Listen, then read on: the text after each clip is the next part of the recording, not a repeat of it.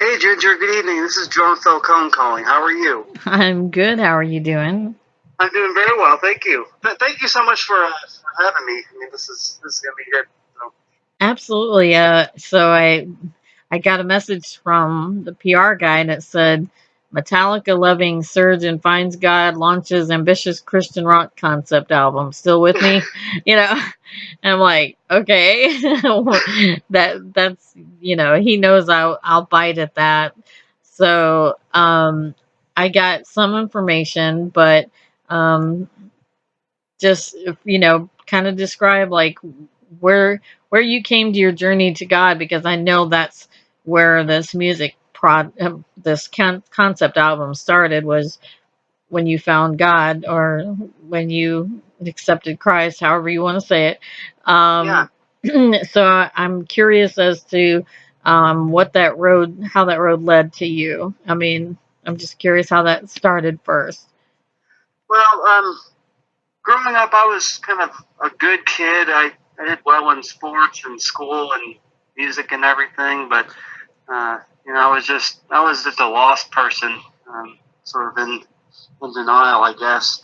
And things kind of derailed in my personal life a little bit more when I went to college, and I kept thinking that I'm a smart guy. I can figure this out myself. I can fix it. And after decades of just failed attempts, it just kind of dawned on me. I didn't have like an eye awakening grand moment of clarity here, but it was just kind of a gradual transition that turned my head right to Christ. And so once I accepted Him into my heart, everything kind of fell into place, and I became literally a new person, a new creature.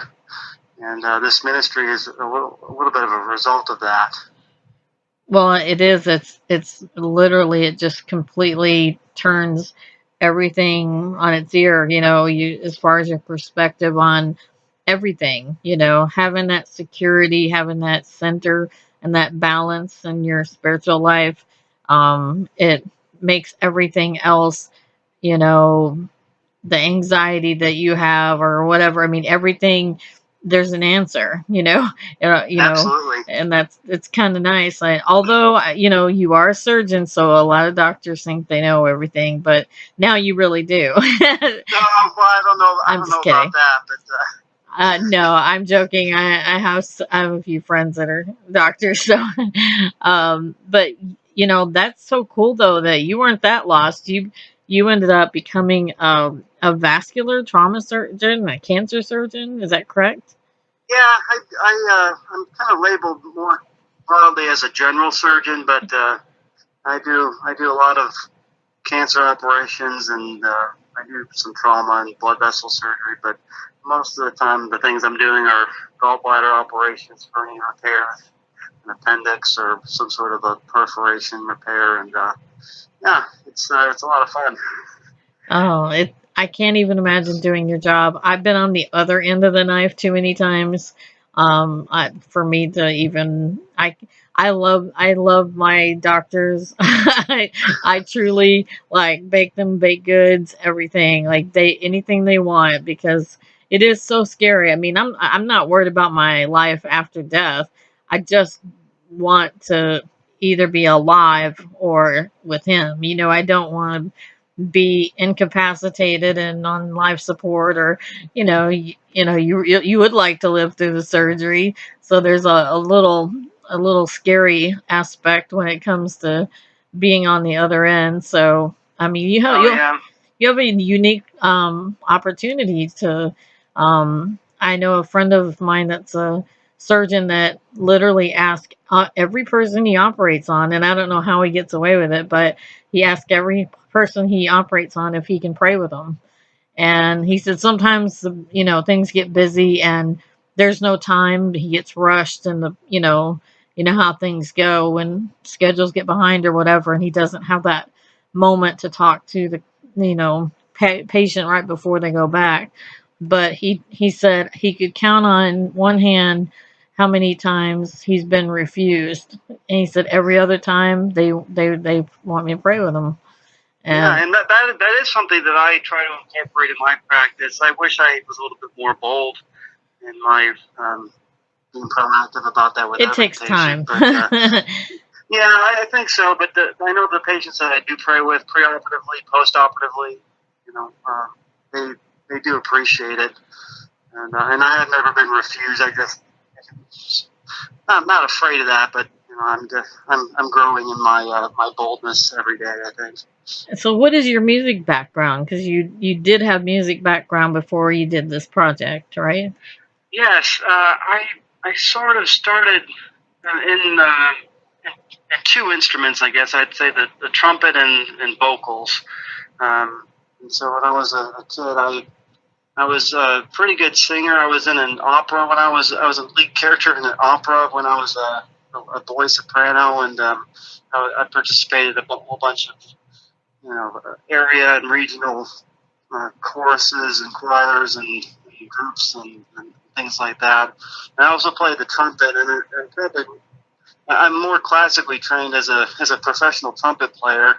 Um, or by professional trumpet players. And I was a professional briefly when I was in high school. I was in the musicians union and everything, and so I'm a self-taught guitar player, self-taught pianist, and I just kind of music has been always an outlet for me, creatively as well as just to help with the stresses of my life, which is much more important now than it ever has been before. So yes, music has been a large part of my life for as long as I can remember. It's quite the outlet, I would think, for especially having a family and being a surgeon, all of the things that are demanding on you. I would think that the outlet would be, amazing. Because for me, music is an outlet as a receiver, not as an actual performer. But it's like I have music going when I'm cleaning, when I'm mowing the lawn, like it gives me like the ability to get through things I don't want to get through, or it gets it done better and quicker. But even when I'm not working on something, like I just always have music going. I'm constantly surrounded by it, so I think it keeps my blood pressure down. And Oh, it certainly does. There are lots of health benefits to music that have actually been studied. But that's one of my favorite parts of the day is when I'm in clinic. I have music going, but in the operating room, I can choose the station because I'm kind of that's you're the boss. one of my rights is the surgeon room. So I'm um, curious. Do you ever sing in the operating room? I do, but most of the I time it's would. more just like humming along to the song, and I haven't played any Falcone Rising in the operating room yet, but yeah, that's probably coming sometime soon. Yeah, I think if I had any vocal ability, I'd have to be singing in the room. I mean, the patient's out; they can't hear you. They can't criticize you. No. And you're the boss of everybody else in the room. So, well, so how did you come across the people that you collaborated with to make this album? Well, that's a great question, and so once I decided to move forward with it, which it took a while to do that, I ended up getting plugged into a group called Creative Soul Records. It's based out of Nashville, and it's headed by Eric Copeland, who's the president of this group, and he's a Christian music artist expert. He's a mentor, a production expert, and a consultant, and a Christian artist workshop that I worked through from a distance, as I don't live in Nashville, and I just ended up getting plugged in with him, and I sent him a couple of the demo versions of these songs, and just to kind of see what the feedback was, and if it was terrible, then I probably wouldn't be here today with this new album that's out. But that's really good feedback, and he plugged me into a whole bunch of really amazing Christian artists. These guys are Grammy and Dove Award winners, and they're just godly men, experts at their craft. And I'm a decent vocalist and guitar player, but these guys are just uh, so much higher level than I am. It was amazing to work with them. To see Well, I saw these you. songs come to Yeah, life. I saw you had Jason Fowler on there. Yes, he's the lead vocalist. Jason's an awesome dude. And I can't compete with him in terms of the vocals. Well, he gets But, a lot of practice. I'm friends with John Schlitt, and he works with him, and right. yeah, with Yes. the Union of Sinners and Saints, and Yep. so Jason and I are like Facebook friends, and like I like, we'll like each other's stuff and everything, but we never talk, but it's just like I hear his stuff, and through John I hear about Jason, and like, so one of these days I'm gonna have to actually meet him at one of their concerts, because we like I said, we're like connected on Facebook and connected through John. But actually John is my favorite person to interview of all time, and I've been doing it for over 10 years, and that's great. He's my favorite person to interview. And if anybody that John will partner with is gold, and Jason's amazing. He's really, really great to connect with. I would definitely, connect it on your social media, and I'll make sure Jason Fowler's name is out there, because he really is an incredible artist. And but I can't, honestly, I don't know who's singing at times, so I don't know who's the lead vocal or what's going on. But I will tell you, my first thought, like when one of the first songs I heard was, I thought of Dokken. I was like, am I in the 80s? Like, I'm back. Yes. I'm back in a lot of influences come out of the 80s and 90s, and a little bit of 70s at times. It depends on the song. I mean, you did several. I like how you just kind of like didn't do just all rock. Like, there's some slower songs, and there are. And I think that might help out with appealing to a larger audience.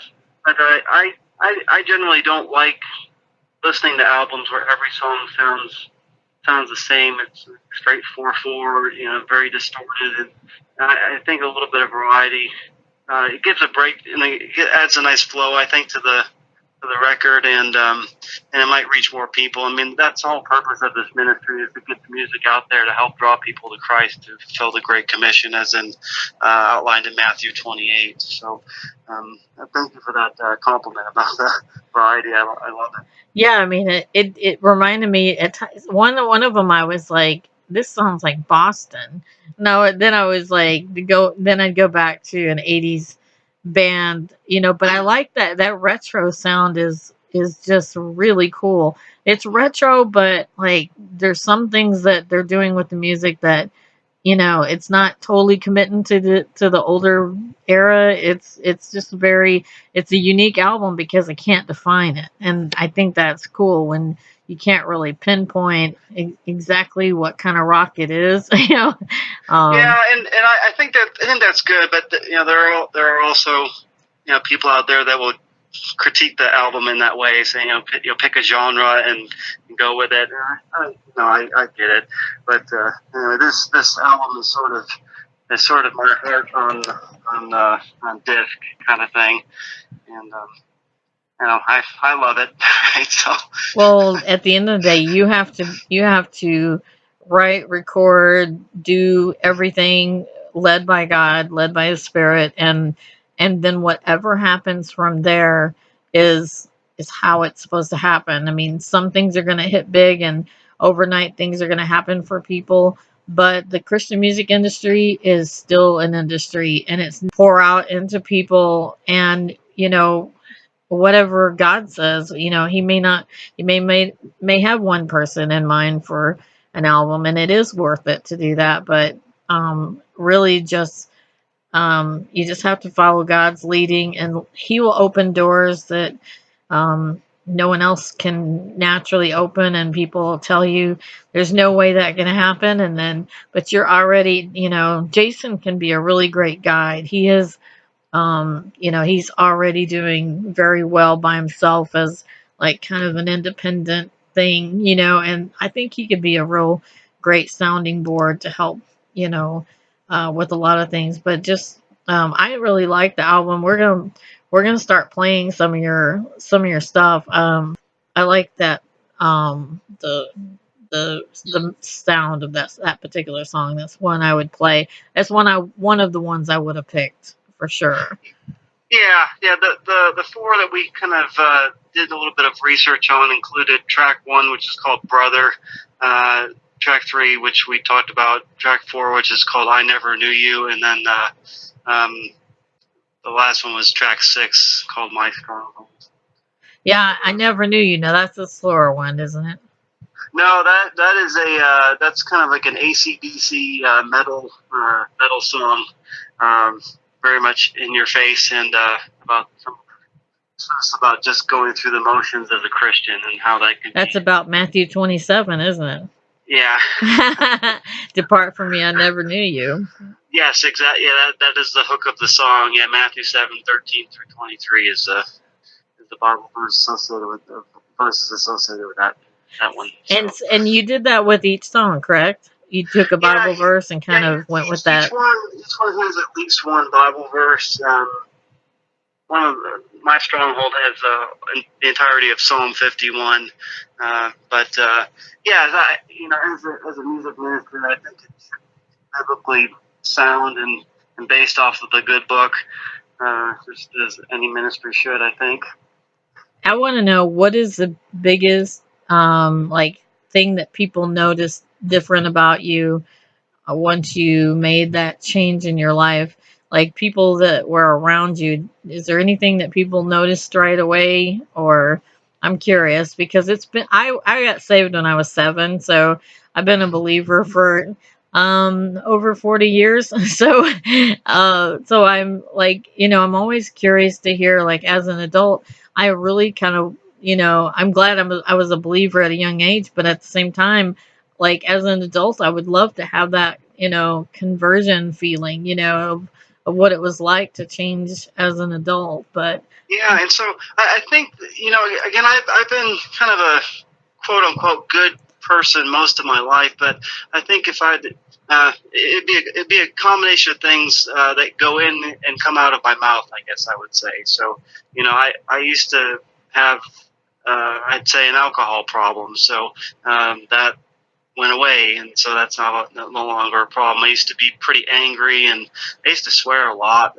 and now so I think those would be the main things that people hear. So they don't hear any hate, they don't hear swear words, or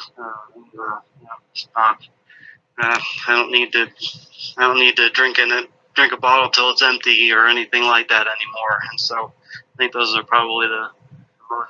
It's a lot of freedoms from a lot of things, yes, from a lot of chains that hold you down. Yeah, chains have been broken, I'll tell you. It's amazing. Now, you are married, have kids? Yes, my wife and I we're married, and we have three beautiful kids, and it's married life is going very well. It's busy with 3 kids. They're all 8 and under, but it's awesome. Played artist on your music player. Who do you play most? So that's kind of a hard question to answer. When I'm in the operating room, I always go to a Pandora station, 90s alternative. That's just kind of what most of my fondest memories growing up were, when I was in that, in the like some 1990s. Blink-182. So, yeah, exactly. And so, you'll hear influences like from Green Day and Metallica on this record. And but my favorite band is Metallica. That's no secret. But I also appreciate that not everybody in the operating room loves it as much as I do. So I think that they would prefer that I play 1990s alternative, and so that's the genre that I would be listening to at most every point in the day. Well, and I saw that you got baptized this last year, right? Yep, November of 2018. Yep. Not so long ago. So to me that was a huge experience, even as a young person. That was huge. Like, the conversion was one thing, but to profess it like publicly like that, it was a big deal to me. Oh yeah, and I was baptized when I was 4 months old, but I don't remember that. Yeah, And got sprinkled. I grew up in the Catholic Church, and so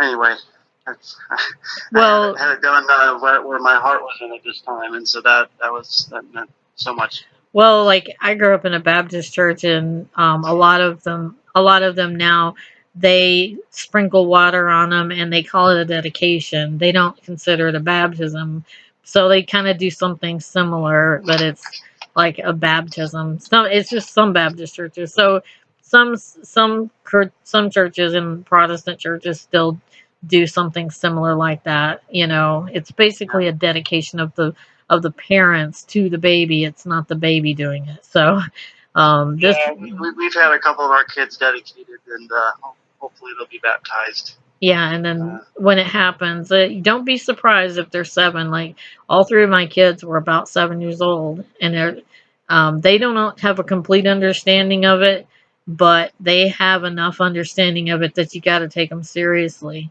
and have the talks. And there's nothing like a child's faith, I'll tell you. well, that's how we have to come to him as little children. Exactly. Well, I'm so grateful to get to talk to you, and I'll share the interview, like I said, next week, and Perfect. we'll start playing the new song. Well, you have a very blessed night, and I'm so happy for you. I'm so happy for you. I'm welcome to the family. I'm very glad to have you a part of us, and I pray that your family and everybody is doing well, and I'm excited about what this album and this opportunity is going to mean for you and for the people that it's going to touch, especially. Thank you so much again for having me, Ginger. This has been awesome.